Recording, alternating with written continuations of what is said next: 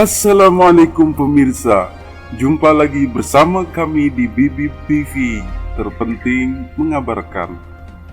Pemirsa, mantan Menteri era Megawati Soekarno Putri, Said Akil Munawar dan sekaligus mantan koruptor di era tersebut, baru-baru ini mengeluarkan pernyataan bernada sinis dan melecehkan terhadap Kiai Haji Imaduddin Utsman Al-Bantani dan tesisnya.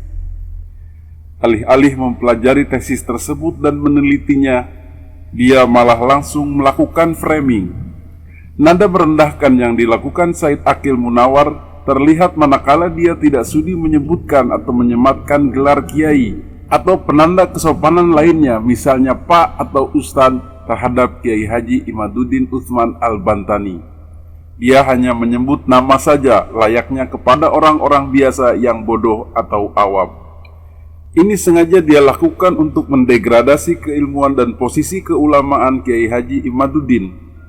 Dia sengaja mengecilkan nama Kiai Haji Imaduddin dengan harapan bisa didengarkan oleh masyarakat umum tentang tidak berartinya Kiai Haji Imaduddin. Dia sedang mengkondisikan Kiai Haji Imaduddin sebagai orang biasa, orang awam, orang bodoh, bahkan orang yang wajib dijauhi, tak berakhlak, tak beradab, dan seterusnya.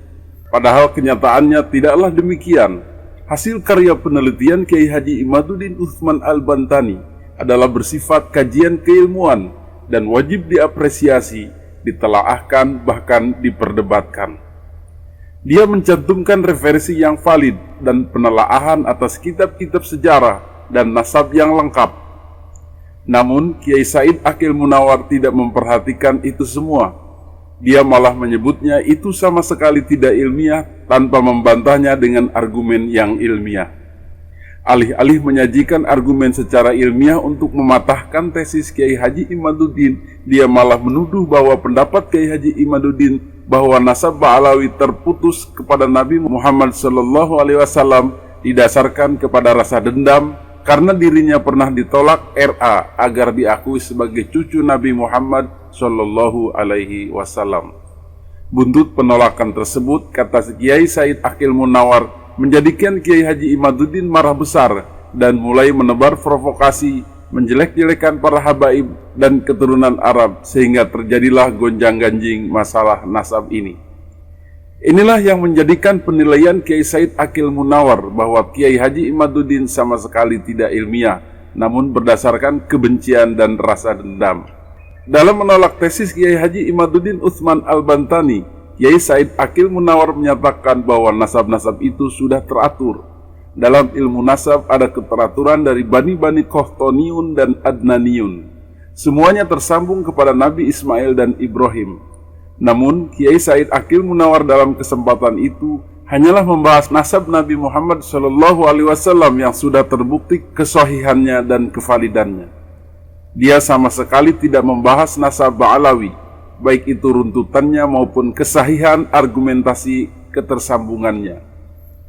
Di samping membahas kuatnya nasab Nabi Muhammad SAW, Kiai Said Akil Munawar membahas kuatnya sanad hadis dan sanad ilmu. Dalam sanad hadis tidak diragukan lagi ketersambungannya, begitu juga sanad nasab Ba'alawi. Padahal dalam kenyataannya tidaklah demikian, karena sanad hadis itu dibawa oleh orang per orang yang disebut rawi, dan mereka membawakan matan atau isi dari hadis. Kekuatan rawi dan matan sudah diuji oleh ulama-ulama ahli hadis besar seperti Syekh Bukhari dan Syekh Muslim. Namun dalam nasab Ba'alawi tidak ada perawi-perawi yang secara khusus bersambung dan dipercaya oleh para ahli hadis dan sejarah. Dalam sejarahnya, suku bangsa Arab ini banyak sekali. Ya, yang kalau kita kembalikan kepada ilmu nasab itu ada yang disebut dengan istilahnya Qahtaniyun, Adnaniyun. Qahtaniyun ini terbagi dua dia. Ada Qahtan bin Abir bin Sam bin Nuh kepada Nabi Allah Nuh. Satu lagi Qahtan bin Al-Humaisa. Qahtan bin Humaisa ini sampai dia kepada Nabi Allah Ismail bin Ibrahim alaihi wassalam. Nah yang satu lagi Adnaniyun. Adnaniyun itulah yang melahirkan junjungan Nabi besar Muhammad sallallahu alaihi wasallam. Ya, yang kemarin diributkan oleh ya, Imad namanya ya, dari Banten Imad. Imad itu tiang. Tapi sekarang tiangnya sudah roboh. Kenapa? Karena yang disampaikan tidak didasari oleh ilmu pengetahuan, emosi. Ya. Karena banyak orang-orang yang datang dia ke Rabithah Alawiyah yang ada di Tanah Abang itu minta nasab. Minta nasab supaya disambungkan kepada Rasulullah sallallahu alaihi. Banyak yang tidak dapat itu. Termasuk teman-teman kita tidak dapat. Akhirnya ngoceh lah dia. Ngoceh lah, orang Arab dijelekkan, nasabnya Nabi juga dijelekkan. Ya, ini tidak punya etika namanya. Ya, etika. Iya, tidak ada nasab itu, tidak ada katanya. Lah kalau nasab tidak ada, hadis itu apa isinya? Isinya sanad. Sanad haddatsana akhbarana. Isinya sanad. Kenapa kita ribut-ribut dengan sanad? Iya kan?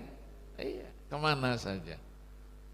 Tidak usah yang namanya keturunan. Sanad keilmuan saja harus jelas. Kalau sanad keilmuannya tidak jelas, berarti dia belajar agamanya liar.